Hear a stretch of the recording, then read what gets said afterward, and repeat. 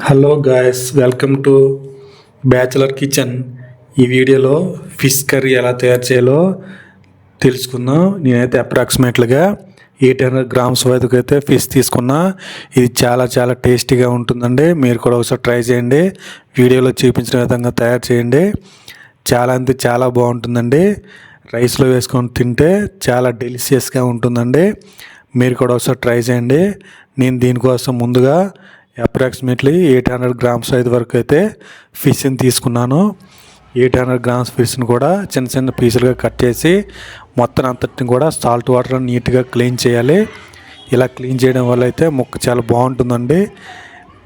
చాలా టేస్టీగా చాలా గట్టిగా ఉంటుంది. మీరు కూడా ఇలా ట్రై చేయండి. నేనైతే అప్రాక్సిమేట్లీ 800 గ్రామ్స్ వరకు అయితే తీసుకున్నా.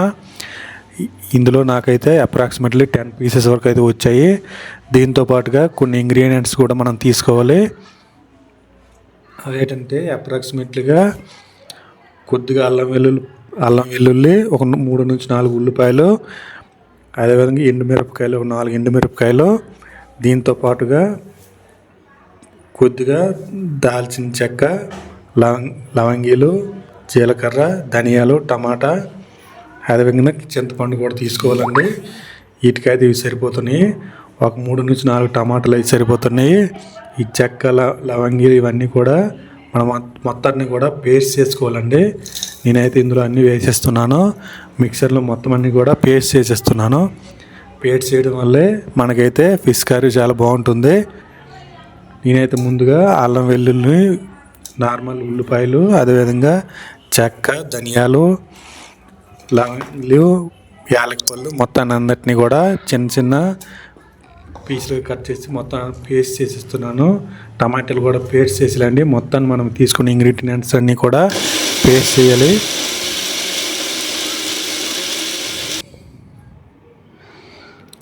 చూసారు కదండి, పేస్ట్ అయిపోయింది. దీన్ని పక్కన పెట్టుకొని టమాటాని కూడా మనం పేస్ట్ చేసేయాలండి మొత్తం అంతే కూడా. నా కర్రీ తగ్గ బౌల్ అయితే నేను తీసుకున్నా. దీంట్లోకి అప్రాక్సిమేట్లీగా 2 టేబుల్ స్పూన్ వరకు అయితే ఆయిల్ తీసుకున్నా. ఈ ఫిష్ కర్రీకి అయితే ఇది సరిపోతుంది. ఇంకొద్దిగా ఆయిల్ వేస్తే బాగుంటుందండి. ఎంతైనా పర్వాలేదు. దీంట్లో ముందుగా కొద్దిగా పోపులు వేస్తున్నాను.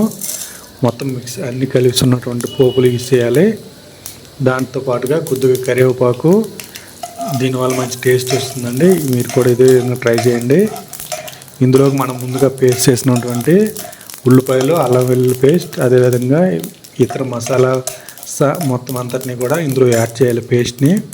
నేనైతే మొత్తం కొద్దిగా రెడ్ కలర్ వచ్చినంత వరకు కూడా వేయించుకొని దాంట్లో పేస్ట్ని అంతా యాడ్ చేస్తున్నాను.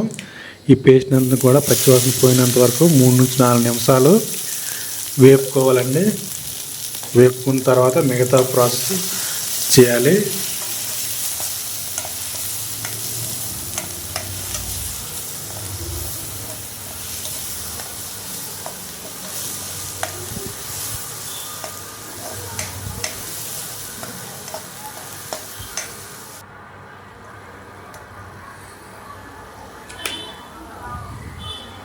చూసారు కానీ బాగా వేగింది. దాని తర్వాత మనం టమాటా పేస్ట్ని అయితే ఇందులో యాడ్ చేసుకోవాలి.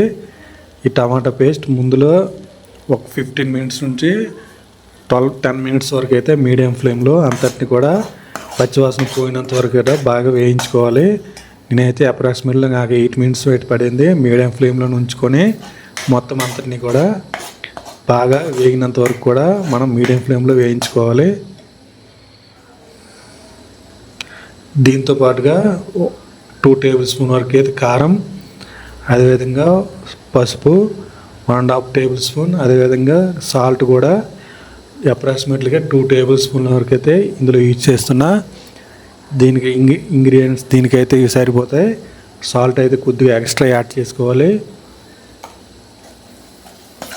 మొత్తం మిక్సర్ని 5 మినిట్స్ వరకు అయితే మీడియం ఫ్లేమ్లో వేయించుకోవాలి. పచ్చివాసన పోయినంత వరకు వేయించుకుంటే మనకనేది సూప్ అనేది రెడీ అవుతుంది.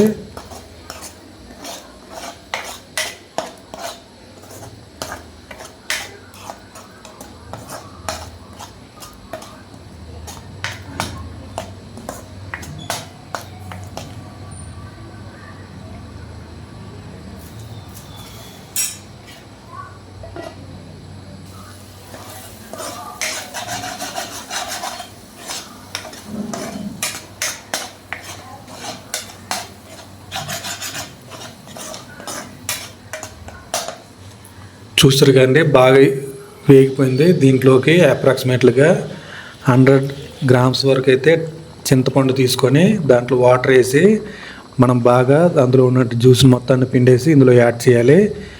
అప్రాక్సిమేట్లీగా ఒక 200 మిల్లీ లీటర్ల వరకు అయితే వాటర్ని యాడ్ చేశానండి. ఇది అయితే దీనికి సరిపోతుంది. ఇంకొద్దిగా యాడ్ చేస్తే కొద్దిగా పల్స్గా వస్తుందండి.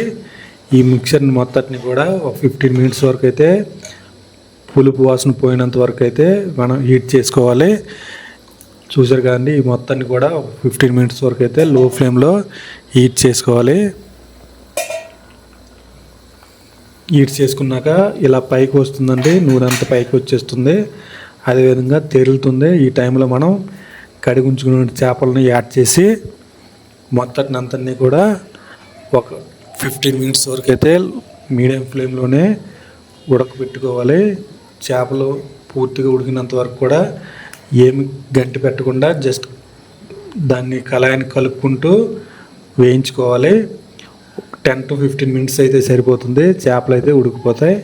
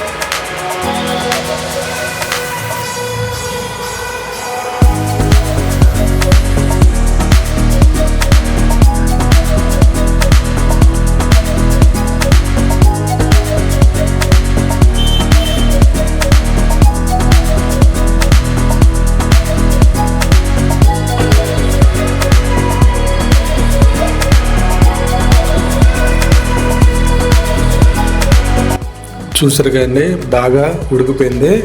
దాని తర్వాత మనం యాలకులు, లవంగీలు, జీలకర్ర, ధనియాలు కలిసినటువంటి మసాలా అనేది ఇందులో యాడ్ చేస్తున్నాను.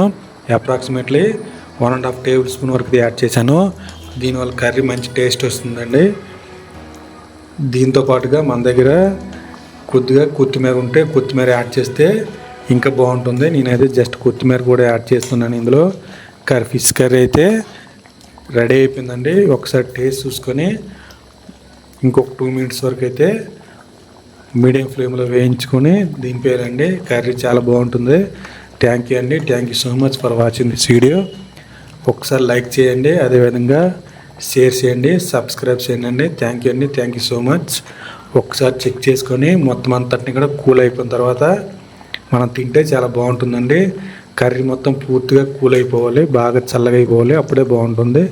థ్యాంక్ యూ అండి. Thank you so much.